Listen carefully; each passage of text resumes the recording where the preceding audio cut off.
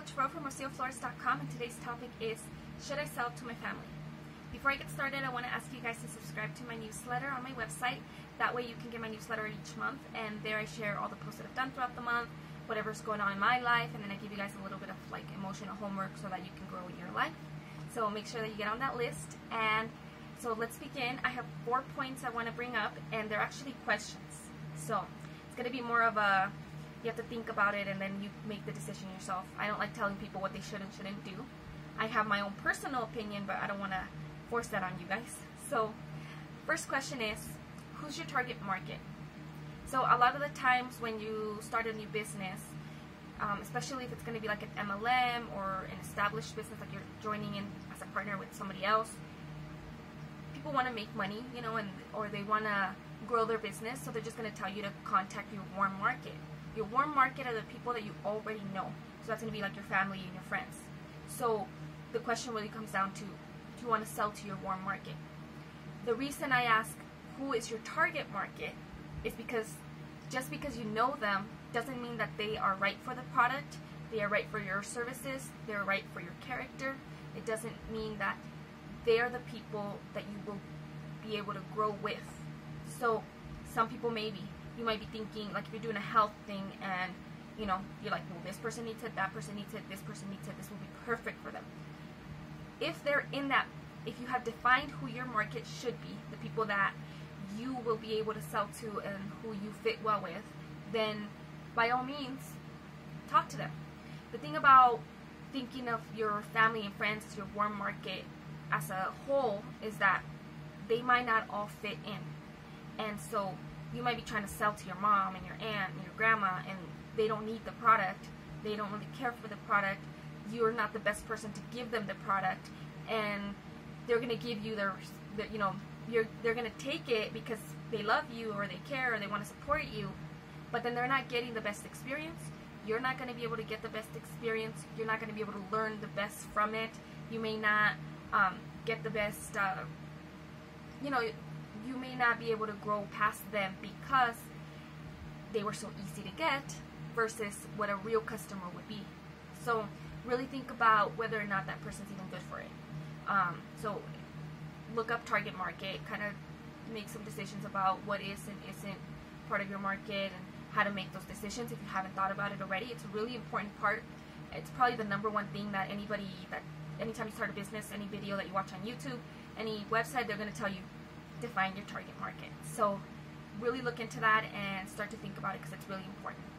The next question is, what are your plans for growth? Is this just to make a few extra dollars, you know, a month? Are you just trying to, you know, is it a hobby? Is it something that you want to turn into a multi-million-dollar business? Are you just looking to subsidize your income? Are you looking to replace your entire family's income? Are you looking to bring your spouse home? Are you doing this for a year and then you'll move on? Are you doing this while you're in college? Are you doing this because you can't go to college and this is your next plan? Think about what you want, what your vision is for the future. It's another really big question that people are going to ask you. What's your vision? You have to spend time coming up with these things and just really assessing where you want to be in life, because it'll affect the way that you run this business. So if it's just something that you just want to make a few extra bucks, maybe you'll mention it to people casually. If it's something that you just want to do for the year, maybe you'll go hardcore, no matter what the screw the relationship, you'll just try to get the money out of the people because you just want to make a buck right now. Or if you want to make a huge business, maybe you'll look more into who's the right person for this product in the future, who's going to help with the growth for the future, who's committed to this product and to this business, and who will stay with it in the future. It's not always your friends and family. You know, it would be nice if everyone got on board and then everyone was doing the same thing and then it was just so much easier to deal with it, but it's probably not.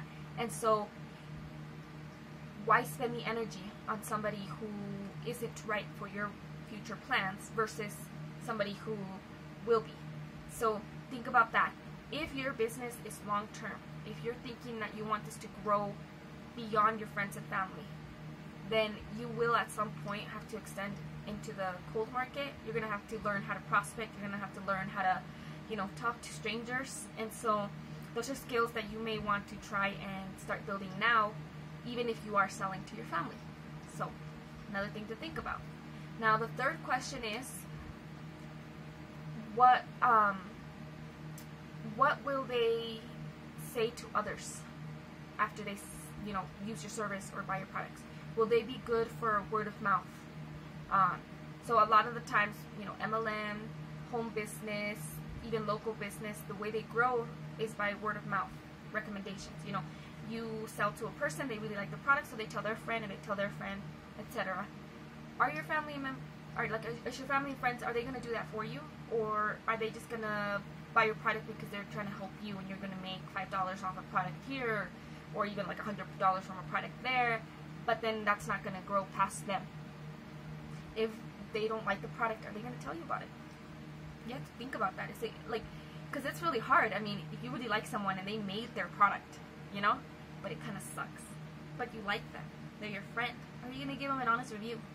Are you just maybe not going to tell anybody so that you don't have to feel, out of character lying to somebody about, hey, they do a great job?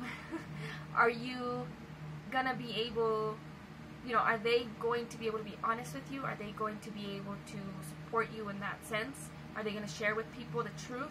Will they be telling people to buy from them? So if you're not really sure what kind of relationship you have as far as that goes, maybe it's not the best to focus on selling to family. So the issue isn't so much that you shouldn't at all sell to family. The issue should be of whether or not that should be your focus. So the fourth question is, I want to frame it right, because one of my bigger pet peeves when it comes to the MLM world specifically. Are you expecting to be financially supported by your friends and family? Because every MLM, most pitches that I hear, all of the spam that I get, starts off with something along the lines like, do you want to make $1 million? Do you want to become rich? Do you want to do this?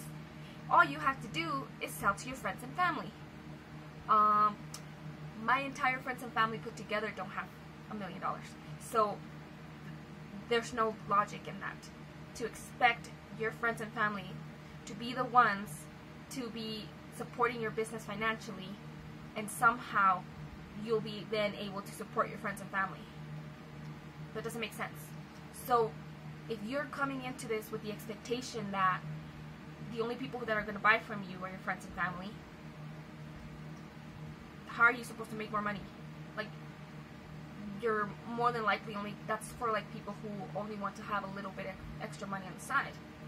If you want this to be a business that's going to support you or going to help you retire, you're going to have to look outside of your friends and family. You're going to have to look into the cold market. So really think about where your focus should be. Now, if somebody comes up to you, a family member says, I really want to buy your product, go ahead, sell it to them. That's perfectly fine. But maybe talk to them. Hey, I really want, ask them, tell them, I really want your honest advice. I really want to know how I can do better. How can I serve people better? Can you tell your friends and family about it? Can you help me spread the word? Will you share my post? But don't expect them to, and don't hinge your relationships on whether or not they do. Because it's really sad when you don't have that support.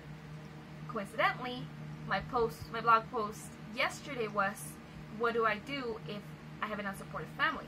So make sure that you go and check that one out, because a lot of people do, and it's really sad, and it's like a really hard wall to get to, and a lot of people don't get to the other side of it. So make sure that you look at that if that's what you're dealing with, and hopefully, you do have family members and friends that are supportive of you and that help you throughout this journey. If you don't, know that you could still do it. You can 100% do this on your own. You will be able to. You just have to continue, find the right people to help you. And if you have questions, if you need support, if you need encouragement, if you need help finding the right mentors or the right people to follow, let me know. I can help you. I can look them up for you, even if you're in a completely different kind of business than I am. But just know that you're not alone.